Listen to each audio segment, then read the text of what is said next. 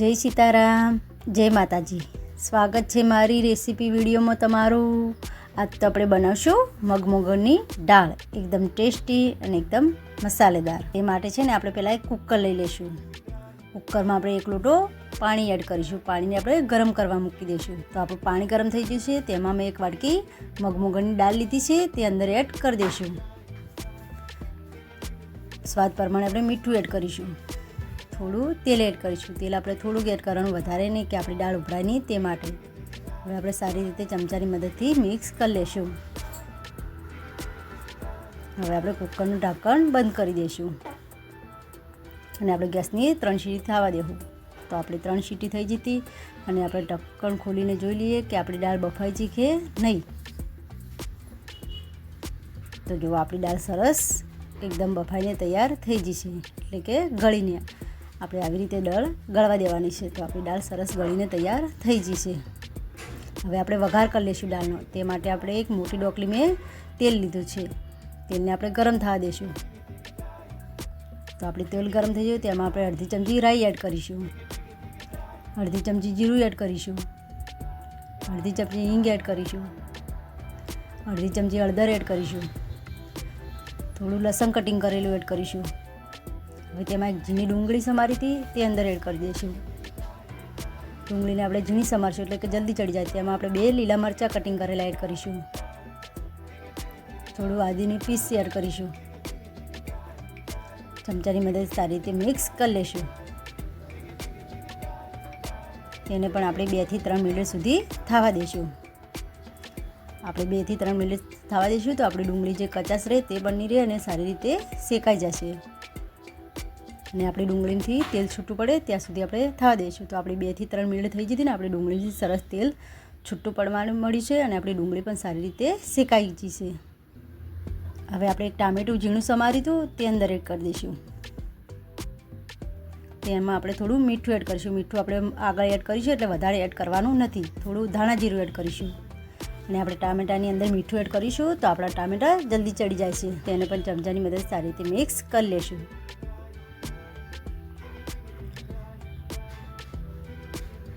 ટામેટાને પણ આપણે થોડી વાર થવા દઈશું, જ્યાં સુધી ટામેટામાંથી તેલ છૂટું ના પડે ત્યાં સુધી.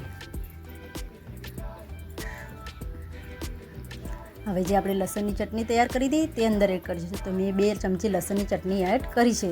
તમારે તીખા મુજબ તમે ચટણી એડ કરી શકો છો, જેવું તીખું ખાતા હોય તે પ્રમાણે.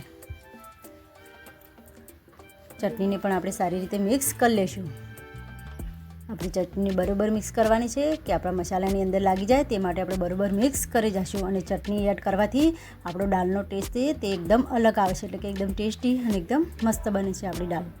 ગેસને આપણે મીડિયમ સાઈડ રાખીશું. ગેસને હંમેશા આપણે મીડિયમ સાઈડ રાખવાનું, એટલે કે આપણા જે મસાલા છે ટામેટાને ડુંગળીને બધું તે દાજી ના જાય તે માટે આપણે ગેસને મીડિયમ સાઈડ રાખીશું. અને આપણે આવી રીતે હલાતા રહેવાનું છે કે આપણા મસાલા દાજે નહીં તે માટે.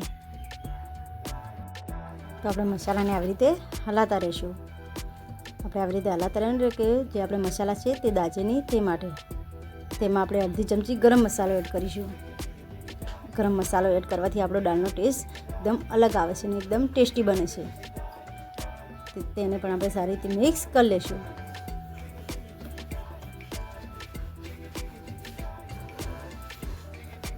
હવે જે આપણી દાળ બફાની તૈયાર કરી હતી તે બધી અંદર એડ કરી દઈશું.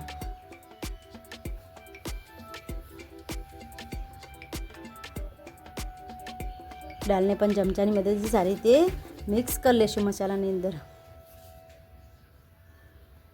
તો આપણી દાળ સારી રીતે મિક્સ થઈ ગઈ. હવે જે આપણે કુકરમાં દાળ બાફી હતી તેની અંદર થોડું પાણી લઈને દાળની અંદર એડ કરી દઈશું. તેને પણ ચમચાની મદદ સારી રીતે મિક્સ કરી લઈશું. દાળને આપણે આવી રીતે મિક્સ કરી જવાનું છે અને હલાઈ જવાનું છે કે આપણી દાળ નીચે દાજે નહીં તે માટે. અને ગેસને આપણે મીડિયમ સાઈડ રાખીશું. જો આપણે દાળને આટલી જ રાખવાની છે, ના જાડી ના પાતળી. તમને એવું લાગે કે આપણી જાડી છે તો તેમાં પાણી એડ કરવું હોય તો પણ કરી શકાય છે. હવે આપણી દાળ બનીને તૈયાર થઈ ગઈ. તેમાં આપણે લીલા ધાણા કટિંગ કર્યા હતા તે બધા અંદર એડ કરી દઈશું.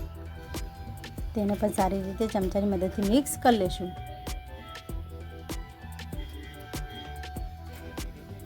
તો જો આપણી દાળ સરસ એકદમ ટેસ્ટી અને એકદમ મસાલેદાર બનીને તૈયાર થઈ જશે.